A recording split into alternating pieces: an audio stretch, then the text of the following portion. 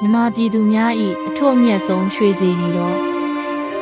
ကမ္ဘာအခမ်းအနားဆုံးရွှေစေတီတော်ကြီးကဗုဒ္ဓရဲ့ဓာတ်တော်မွေတော်များကိုကိုးကွယ်ယုံကြည်မှုဝတ်ပြုဆုတောင်းပူဇော်ရန်နှင့်ကာကွယ်ပေးရင်ကိုမင်္ဂလာပါလူကြီးမင်းများခင်ဗျာကျမရဲ့ channel မှာပြန်လည်ကြိုဆိုပါရစေဒီနေ့မှာတော့ရွှေတကုံစေတီတော်အကြောင်းမယုံနိုင်စရာတကယ်ဖြစ်ရမှန်ဇလန်းတစ်ပုဒ်ကိုမျှဝေပေးခြင်းပါတယ်မြန်မာပြည်သူများရဲ့ရွှေရောင်နှလုံးသား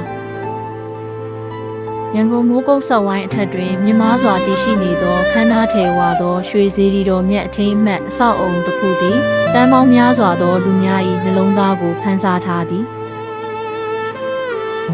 ရင်းရွှေတကုံစေတီတော်မြတ်၏မျက်နှာပြင်သည်အပူပိုင်းဒေသနေရောင်အောက်တွင်တောက်ပနေသည်ရင်း၏ကိုးကွယ်ယုံကြည်မှုဝတ်ပြုဆုတောင်းပူဇော်မှုဝိညာဉ်ရေးရာအရေးပါမှုသည်မြန်မာနိုင်ငံထက်ကျော်လွန်၍ကျေပြန့်စွာပြန့်နှံ့ရောက်ရှိနေပါသည်မြန်မာနိုင်ငံရဲ့ရွှေရောင်နှလုံးသားဖြစ်တဲ့ရွှေတကုံစေတီတော်မြတ်မှကြိုဆိုပါရယ်ဗုဒ္ဓဘာသာအစဉ်လာအရဗုဒ္ဓသည်ဉာဏ်လင်းရရှိပြီးမကြာမီတွင်ရှေးဟောင်းဥက္ကလာပမှဂုံတယ်ညီကိုနှစ်ဦးသည်အိန္ဒိယတွင်ဗုဒ္ဓကိုယ်တော်နှင့်တွေ့ဆုံခဲ့ကြသည်ဗုဒ္ဓသည်သူတို့အားစံတော်ရှစ်စုကိုပေးသနာတော်မူ၏ညီကိုများသည်ဤဖိုးမဖြတ်နိုင်သောစံတော်ရှစ်စုအမွေနှင့်များကိုတည်ဆောင်၍အိမ်ပြန်လာခဲ့ကြသည်ထို့နောက်ဥက္ကလာပမင်းကြီးသည်စံတော်ရှစ်စုအမွေနှင့်များကိုကိုးကွယ်ဝတ်ပြုဆုတောင်းပူဇော်ရန်အတွက်ခမ်းနားထည်ဝါသောစေတီတစုကိုတည်ဆောက်ခဲ့သည်ရိုးရာအစဉ်လာအရယခင်ဗုဒ္ဓရုပ်ပွားတော်သုံးစု၏ဓာတ်တော်များကိုထိုတောင်ကုန်းတစ်ခုထဲတွင်ဌာပနာထားပြီးဖြစ်သည်ဟုလည်းဆိုထားသဖြင့်ရွှေတီကုံသည်ဗုဒ္ဓဘာသာယုံကြည်မှုတွင်ထူးခြားသောအထွတ်အမြတ်နေရာတစ်ခုဖြစ်လာခဲ့သည်စေတီတော်တည်ဆောက်ခဲ့သည့်ရက်စွဲတိကျကိုမသေးကြသေးတော့လဲရှေးဟောင်းသုတေသနအထောက်အထားများအရစေတီတော်သည်နှစ်ပေါင်း2000ကျော်တည်ရှိခဲ့ကြောင်းဖော်ပြသည်ရာစုနှစ်များတလျှောက်တွင်ဘုရင်များနှင့်မိဖုရားများအဆက်ဆက်သည့်ရင်းရွှေတကုံစေတီတော်မြတ်ကိုတိုးချဲ့ပြုပြင်ထိန်းသိမ်းပူဇော်ခဲ့ကြသည်မျိုးဆက်တစ်ခုစီတွင်အလှပနှင့်တစ္ဆာဆောင်တည်မှုတို့၏အလွှာအသစ်များကိုထလောင်းထည့်သွင်းခဲ့ကြသည်ယနေ့ခေတ်တွင်စေတီတော်သည်သိန်းကုဋ္ဌရတောင်ထက်မီတာ100နီးပါးမြင့်မာသည်ရင်းစေတီတော်ကိုရွှေပြားထောင်ပေါင်းများစွာဖြင့်ဖုံးအုပ်ထားသည်ရင်း၏ထိပ်တွင်အဖိုးတန်ကြောင်းမြတ်ရတနာထောင်ပေါင်းများစွာဖြင့်အလှဆင်ထားသောထီးတရဝူဖြစ်သည့်ထီးရှိသည်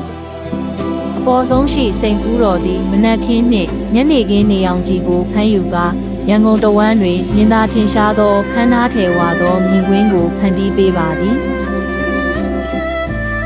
ရွှေတကုံသည်ဘိတုကာလက်ရာမြောက်သောလက်ရာတစ်ခုထပ်ပို၍ဘိုးကွယ်ဆူတောင်းမှုပြုရာနေရာတစ်ခုဖြစ်သည်မြေမထွက်မီမှညနေသည့်အထိရဟန်းတော်များသည်ဖျားစာများကိုရွတ်ဆိုကြသည်မိသားစုများသည်ဖျောင်းနိုင်များထူးမြင့်ပူဇော်ဆူတောင်းမှုပြုကြသည်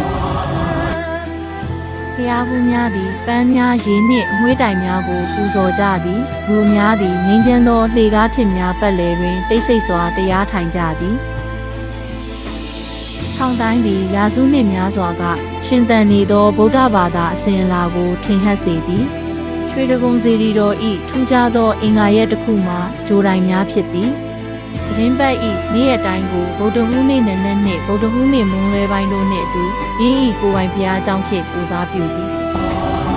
လာရောက်လည်ပတ်သူများသည်မွေးဖွားသည့်နေ့နှင့်ကိုက်ညီသောဘုရားအကြောင်းရှိဗုဒ္ဓရုပ်ပွားတော်ပေါ်သို့ရေသွန်းလောင်းကြပြီးကျမ်းမာရေးဉာဏ်ပညာနှင့်ကံကောင်းခြင်းများအတွက်ဆုတောင်းကြသည်ဤတန်ဖိုးထားရသောအလေးအကျင့်သည်နေ့စဉ်ဆက်လက်ဖြစ်ပေါ်နေပါသည်ရွှေတကုံသည်ရင်း၏ရှည်လျားသောသမိုင်းကြောင်းတစ်လျှောက်တွင်ငလင်းလှုပ်ခြင်းကိုလိုနီအုပ်ချုပ်ခြင်းစစ်ပွဲများနှင့်နိုင်ငံရေးပြောင်းလဲမှုများကိုကျော်လွှားနိုင်ခဲ့သည်ဤစိန်ခေါ်မှုများရှိနေတော်လဲယင်းသည်ယုံကြည်ခြင်းခံနိုင်ရရှိမှုနှင့်အမျိုးသားရေးလက္ခဏာတို့၏အစွမ်းထက်သောသင်္ကေတတစ်ခုအဖြစ်ရှိနေဆဲဖြစ်သည်ရင်းဤရွှေရောင်အရေးသည်အရှိတောင်အာရှတွင်အထင်ရှားဆုံးအမှတ်အသားများထဲမှတစ်ခုဖြစ်လာခဲ့သည်သင်သည်ဖျားဘူးတဦးအနေဖြင့်ဖြစ်စေသမိုင်းပညာရှင်တဦးအနေဖြင့်ဖြစ်စေခီးသွွားတဦးအနေဖြင့်ဖြစ်စေရွှေတကုံစေတီတော်သည်ရင်သက်ရှုမောဖွယ်ကောင်းသောအလှတရားများထက်ပိုမိုသောအလှပများကိုပေးစွမ်းသည် ယင်းသည်ရေရောလူရန်မှုကိုးကွယ်ပူဇော်ဆုတောင်းမှုပြုရာတစ္ဆာဆောင်တည်မှုနှင့်တည်မြဲသောမျှော်လင့်ချက်တို့၏ဇလန်းကိုပြောပြသည်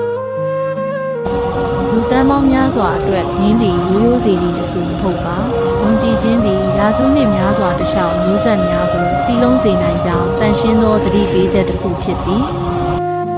မြန်မာနိုင်ငံရဲ့ရွှေရောင်နှလုံးသားစီကိုဒီခီးစဉ်မှာကျွန်တော်တို့နဲ့အတူပါဝင်ပေးတဲ့အတွက်ကျေးဇူးတင်ပါတယ်ဒီမှတ်တမ်းရုပ်ရှင်ကိုသင်ကြိုက်နှစ်သက်တယ်ဆိုရင် like subscribe လုပ်ပြီးသမိုင်းယဉ်ကျေးမှုနဲ့ဗုဒ္ဓဘာသာအမွေအနှစ်တွေကိုချစ်မြတ်နိုးတဲ့တခြားသူတွေနဲ့မျှဝေပေးပါငြိမ်းချမ်းမှုရှိပါစေနောက်ဗီဒီယိုမှာပြန်ဆောင်ကြမယ်